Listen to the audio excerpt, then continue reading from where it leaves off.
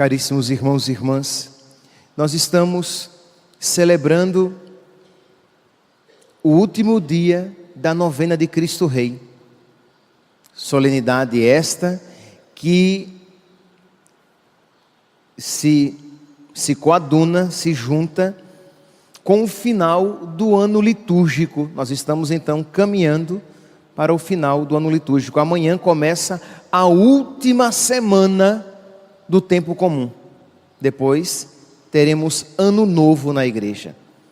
E quando nós nos aproximamos do final do ano litúrgico, a igreja lança o olhar para o final dos tempos, para que nós meditemos sobre essas realidades. O final dos tempos em nós e o final dos tempos para todos nós. O final dos tempos para cada um de nós, por ocasião da sua morte, e o final dos tempos para todos nós, por ocasião do final do mundo, do fim do mundo, que este mundo terminará. Só que é fé católica que antes do final do mundo, do final dos tempos, do juízo final, haverá uma grande perseguição à igreja e aos cristãos. Isso nós encontramos nas Sagradas Escrituras. Isso aqui não é terrorismo religioso. As Sagradas Escrituras estão repletas dessa realidade, desse ensinamento. Na história da igreja, na tradição da igreja, nós iremos encontrar esta fé constantemente pregada e aceita, vivida. E nós também iremos encontrar, de uma maneira sistematizada, no próprio catecismo, que fala que a igreja, no final dos tempos, ela trilhará os passos do seu divino fundador.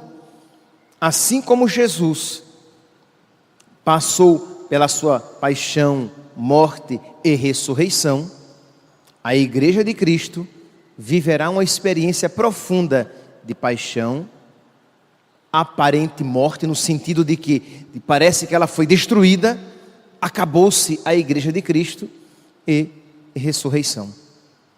Na primeira leitura de hoje, nós encontramos essa realidade. Aqui no livro do Apocalipse fala de realidades acontecidas, mas que também vão acontecer.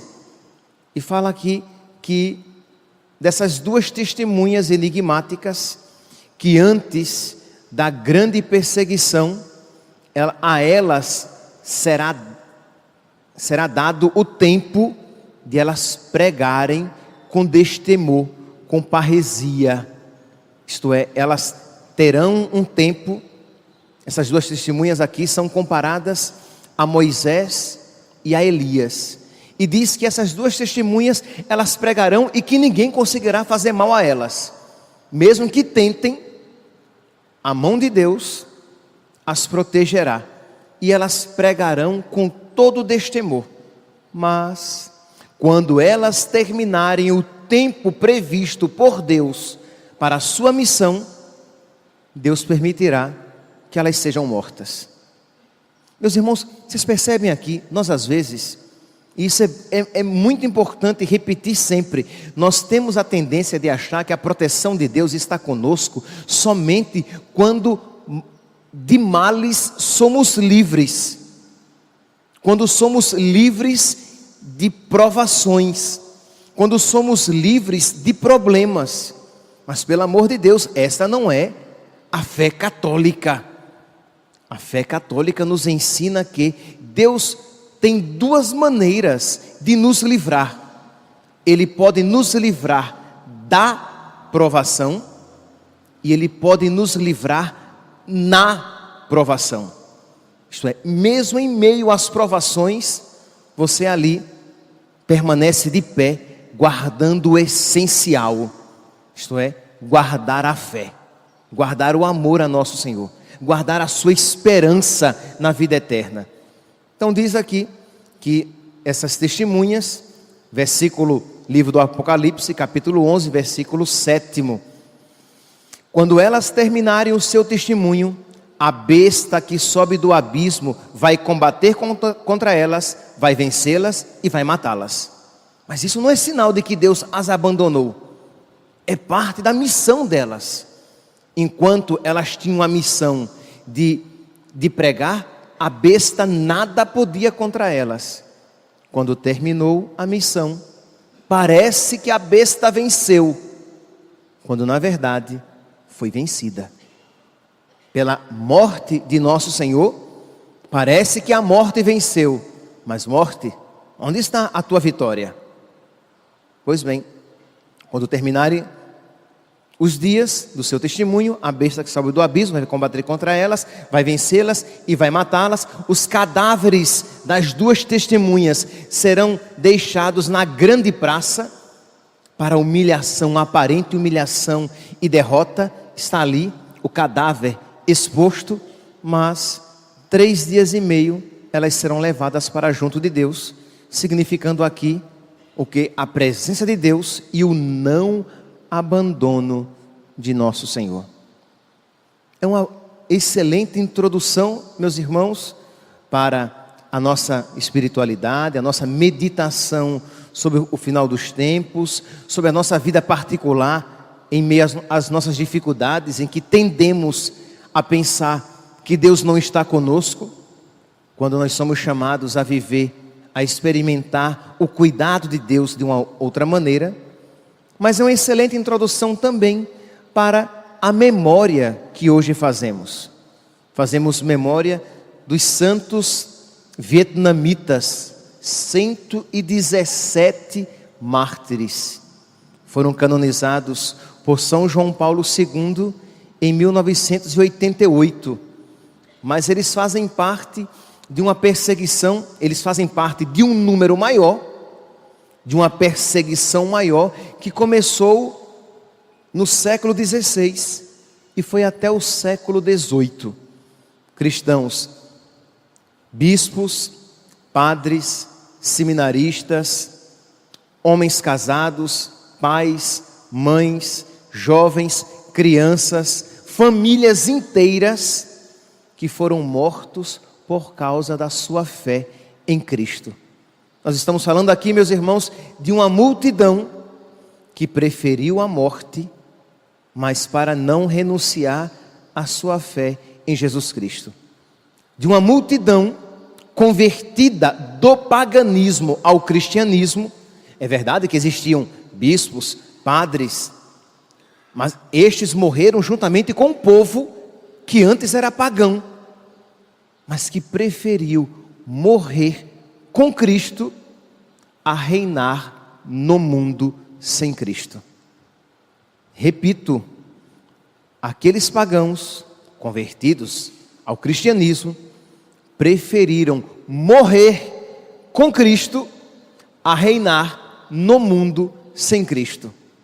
Isto é, eles teriam a possibilidade de ter várias facilidades no mundo sem Cristo. E muitos, quando eram presos como cristãos, a eles eram feitas estas promessas: daremos a vocês emprego, daremos a vocês casa, daremos a vocês dinheiro, desde que vocês renunciem à fé e voltem a ser pagãos. E eles preferiram morrer com Cristo. Meus irmãos, nós precisamos redescobrir, mas não apenas de uma maneira intelectual, mas no coração, no profundo da nossa alma, essa realidade: viver com Cristo, morrer com Cristo, sem nos deixar encantar pelas realidades passageiras deste mundo, porque neste mundo tudo passa, e nós também passaremos. Esta fé, esta esperança que precisam estar vivas no nosso coração. Pois bem, é deste período de perseguição que Santa Teresinha do Menino Jesus leu uma vez uma biografia, uns escritos de um santo, de um mártir. Não foi bem a biografia, foram escritos dele, Teófilo Venard, que encheram o coração dela de desejo de morrer por Cristo. Só uma pergunta aqui: Né? Uma pergunta retórica, ninguém aqui levante a mão, pelo amor de Deus, que cada um responda dentro do seu coração. Quem aqui já sentiu na sua vida desejo de morrer por Cristo? Não responda logo, porque antes de você responder, deixa eu explicar o que significa morrer por Cristo. Não pense você, alguém chega com a arma na sua cabeça e diz, renuncie a Cristo, e você diz, não renuncio, pá, tirou, matou, morreu. Morrer por Cristo significa perder a vida por Cristo. Desejar sofrer nesta vida com Cristo, em Cristo, por Cristo. Ter uma vida sofrida e viver a fé e viver este oferecimento a Deus das suas dores e das suas dificuldades. Agora eu repito a pergunta, que aí você já sabe em que consiste. Você já desejou morrer por Cristo? Ou você vive desejando reinar neste mundo? Isto é, as suas orações e os desejos que estão no seu coração são um desejo de reinar neste mundo e que muitas vezes significam reinar sem Cristo. Isto é, você quer ficar livre dos problemas e das dificuldades e não vê nos problemas e nas dificuldades, nas tribulações, uma ocasião para amar mais a Deus, para fazer crescer ainda mais a sua fé em Deus e de oferecer os seus sofrimentos pela conversão e salvação dos pecadores, e você incluído nelas também. Pois bem, Santa Teresinha, quando leu os relatos sobre Teófilo Venard, mártir, ela se encantou e ela queria também ter a graça de morrer por Cristo, perdendo a sua vida por causa de Cristo. Teófilo Venard morreu nesse período de perseguição que houve na China, Hong Kong, Vietnã, Japão. Morreu de Langtry. Langtry é uma tática de tortura que é chamada de morte por 1000 cortes. Isto é, você vai matar uma pessoa, mas apenas no 1000º corte. Até então você vai cortando, dando talhos, cortes, que sejam profundos o suficiente para causar dor, mas não o suficiente para matar. Então, em pontos dolorosos, então, cortam-se tendões, nervos, partes que sejam muito dolorosas, mas que a pessoa não morra de imediato. O último corte é da jugular, que pode ser o corte da jugular ou a decapitação, cortar-lhe totalmente o pescoço. Pois Teófilo Venard foi sentenciado a morrer de Langtry. E depois que deram-lhe os 999 cortes, você pode imaginar, depois de 3, 4 dias de sofrimento, de dor, ele foi colocado juntamente com vários outros cristãos numa sala escura, que não existia janela, em que eles mal conseguiam virar o corpo, eles não tinham como deitar, eles não tinham como respirar, não existia circulação de ar, para que eles morressem asfixiados uns junto aos outros. Vocês podem imaginar que coisa terrível. Misericórdia, o tempo voou. Ainda tinha aqui uma carta de Paulo, de um sacerdote que morreu neste período, e que ele dizia que ele estava... A minha prisão, ele diz, serei resumidíssimo. Eu, Paulo, preso pelo nome de Cristo, quero levar ele aqui estava escrevendo para os seminaristas, ele era professor do seminário. E ele escreve para os seminaristas, ele preso, e manda uma carta clandestina para os seminaristas. Eu, Paulo, preso pelo nome de Cristo, quero levar ao vosso conhecimento as minhas tribulações cotidianas, que me assaltam todos os dias, para que, inflamados de amor de Deus, possais louvá-lo, porque eterna é a sua misericórdia. Isto é, ele estava escrevendo não para colocar medo nos seminaristas, mas para que os seminaristas louvassem a misericórdia de Deus. Primeiro, porque escolheu aquele homem para uma graça tão grande, morrer por Cristo, de suportar o martírio e de conceder também a eles, aos seminaristas, a graça de desejarem também algo superior. Desejai as graças maiores, as graças especiais, aquilo que nos leva a amar mais. Ele diz: o meu cárcere é verdadeiramente uma imagem do inferno. Então, o sofrimento terrível. Mas, graças a Deus, no meio desses tormentos que continuamente me apavoram, sinto-me alegre e contente, pois não me julgo só, mas com Cristo. Não estou sofrendo sozinho, mas com o meu Senhor. Não estou crucificado sozinho, mas eu estou crucificado com Ele, e Ele comigo. Eu estou crucificado nele, e Ele em mim. Esta graça, meus santos, que nós precisamos pedir a nosso Senhor. Tá bom, se você diz: Padre, minha fé é muito pequena, Padre, eu ainda não tenho essa envergadura espiritual para pedir a Deus que me envie sofrimento. Santa Teresinha, quando eu era seminarista, hoje em dia eu me espanto ainda, mas não tanto quanto quando eu era seminarista, que lia Santa Teresinha dizendo: envia-me sofrimento, envia-me sofrimento. Eu dizia: crê em Deus Pai, Senhor. Essa freirinha, eu não entendo essa freirinha, porque eu vivo dizendo: afasta de mim seu sofrimento, livra-me do sofrimento, Senhor, eu não quero sofrer. Então, se você diz: olha, Padre, a minha fé ainda é pequena, não consigo pedir o sofrimento. Tá bom, então peça apenas: olha, Senhor, quando os sofrimentos vierem, sem eu pedir, concede-me a graça de estar contigo e de sentir a tua presença em mim. Quando os sofrimentos vierem e não tiver jeito, e o Senhor sabe porque é que o Senhor manda, concede-me a graça de eu não me sentir sozinho, mas me sentir contigo e sentir-te em mim. Nosso mestre, continua ele escrevendo para os seminaristas, nosso mestre suporta todo o peso da cruz, deixando-me apenas uma pequena e ínfima parte. E ele continua escrevendo uma carta, meus santos, que parece que ele está em meio a consolações, louvando a Deus pela graça de o Senhor estar ali com ele, sustentando em meio àquela batalha.